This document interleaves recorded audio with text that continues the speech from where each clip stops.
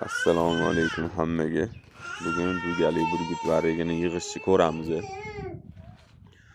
Bukovkasini ochganimizda ikkita katta qora dugasi, bitta kichkina oq dumiga cho'pi chiqadi. Birinchi dumiligi cho'pini tiqib olamiz. Ikkita chetida o'zini plastmassasi bor. O'shanga tiqib qo'ysanglar turadi. Bu обязательно kerak muvozanatni saqlash uchun. Keyin 3 ta joyidan ip o'tkaziladi. Ipi bor mana, ipidan o'tkaziladi duga. Keyin plastmassasi bor, uchida o'shanga tiqib qo'yiladi. Birinchi bitta yog'ini tiqib olamiz. O'rtasini o'tkazib olib, keyin ikkinchi yog'ini tiqib olamiz. Keyin ikkalasini birlashtirayotganimizda iloji boricha tekis qilib, keyin tiqishimiz kerak bo'ladi dugani bir-biriga. Ko'p holatlarda mijozlarimiz mana shu dugani chetini sindirib qo'yishadi.